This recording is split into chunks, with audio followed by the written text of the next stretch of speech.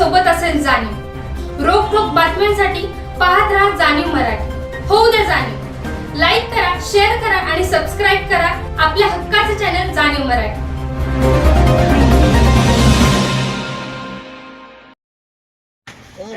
Media आल्या अशा पद्धतीची जर भाषा असेल मीडिया आल्यानंतर ना, तर मी याच्यामध्ये काय करू शकत नाही. तुम्ही जर बाप बनणे वगैरे अशा पद्धतीची भाषा वापरली, मला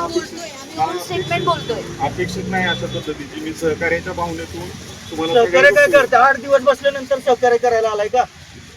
8 दिवस आता उद्या जीव जाणार आहे, उद्या आत्मदहन करणार आहे, मग तुम्हाला जाग आली का? मी साहेबांना विनंती करतो की आमचे सगळे कर्मचारी सोडा जे इतर कार्यक्रमात आहेत, आणि इतर जे शासकीय याच्यात सगळे जे कर्मचारी गुंतलेले आहेत ते सगळे सोडा.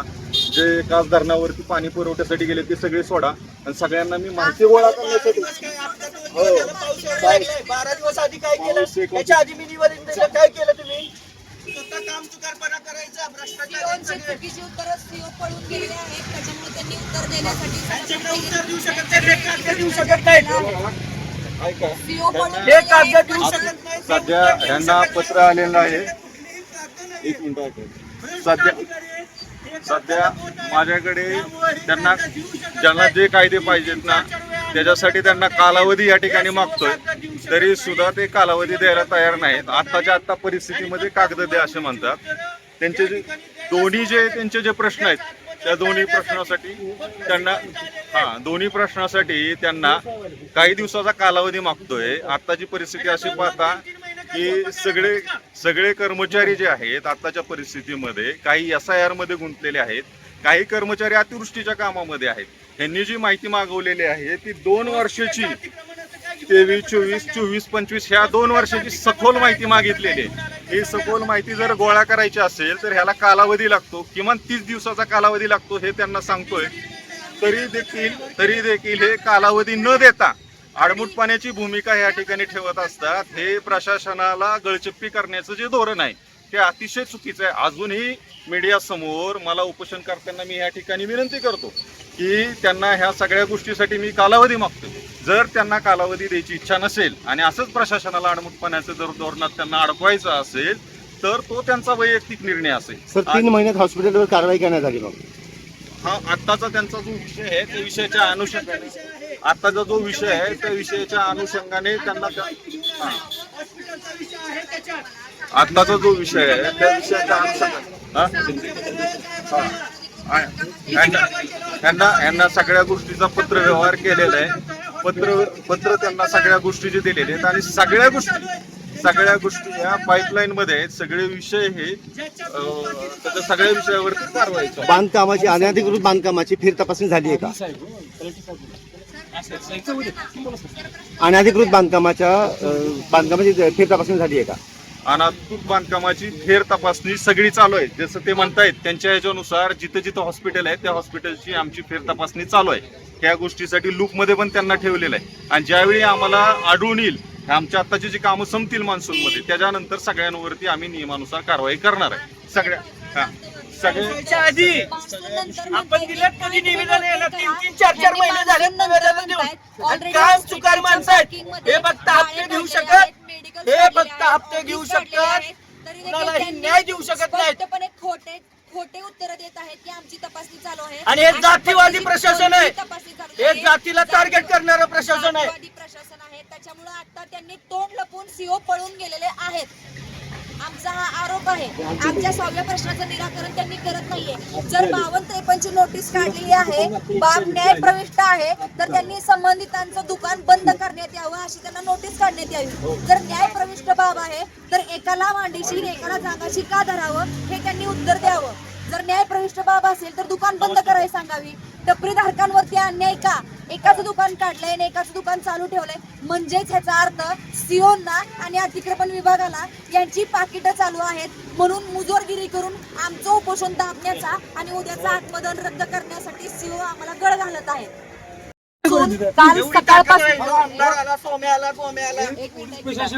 सकाळपासून सीओ साहेबांनी 10 निरोप पाठवले की 20 मिनिटामध्ये येतो, 20 मिनिटामध्ये येतो. 20 मिनिटं येतो. त्यांची 20 मिनिटं आत्ता झालेली आहेत. त्याच्यामुळं वेळेचा आगाऊपणा आणि वेळेचा चुकीचा वापर सीओकडून होत आहे. त्याच्यामुळं सातारा सीओ जळक साहेब यांच्यावरती त्वरित आणि कडक शिस्तभंगाची कारवाई करण्यात यावी अशी आमची रिपब्लिकन सेनेच्या वतीनं मागणी आहे.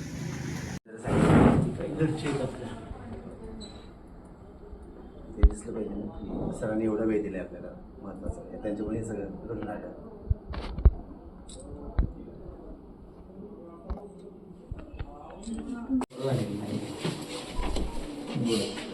त्याच्या आधी मी 2-3 महिन्यापूर्वी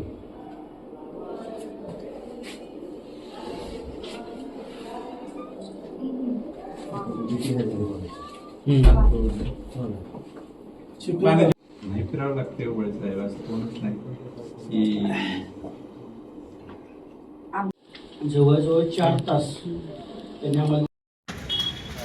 आज आंदोलनाच्या 7व्या दिवशी सातारा जिल्हा उपाधिकारी आदरणीय नागेशजी पाटील साहेब यांच्याशी सुमारे 1.5 तास आंदोलकांची आणि आमच्या रिपब्लिकन सेनेचे सर्व पदाधिकारी यांची चर्चा झाली आणि 1.5 तासाच्या चर्चेनंतर बरेच प्रश्न सोडवण्याची भूमिका पॉझिटिव्हली उपजिल्हाधिकारी साहेबांची होती. पण आम्ही त्यांना उद्या 11 ते 12 या वेळ दिलेली आहे की 11 ते 12 वाजेपर्यंत ज्या पद्धतीची आपली चर्चा झाली त्याच पद्धतीचे तोडगा काढलेली लेखी पत्र, त्यात आश्वासनं नकोय, कारवाई करतोय असाच उल्लेख आम्हाला त्या पत्रांमध्ये पाहिजे. अन्यथा 12 वाजल्यानंतर आम्ही आत्मदहन करू. त्यामुळं आत्मदहन करणार का नाही हे उद्या 12 वाजेपर्यंत एक सस्पेन्स राहील. उद्या 12 नंतर कळेल की खरोखर प्रशासनानं हा जो 1.5 तासाचा वेळ आम्हाला दिला तो कितपत योग्य ठरला का अयोग्य ठरला. हे उद्याचे जे आमचं आंदोलन आहे ते नेमकं आम्ही करणार की नाही करणार हे उद्या 12 नंतर कळेल. तुम्ही या आंदोलनाला मुख्यमंत्र्यांना इन्व्हिटेशन दिले असं कळतंय. हो, या आंदोलनाला मी आदरणीय महाराष्ट्राचे मुख्यमंत्री व महाराष्ट्राचे दोन्ही उपमुख्यमंत्री यांना आम्ही आत्मदहन केल्यानंतर आमच्या अंत्ययात्रेसाठी आपण आवर्जून अधिवेशनातून माहुलीला यावं असं आम्ही मरण्याआधी त्यांना सांगितलेलं आहे. महाराष्ट्राचे मुख्यमंत्री याबाबत काय निर्णय घेतील, उद्या आम्हाला आत्मदहन करून देतील का नाही हे उद्याच कळेल.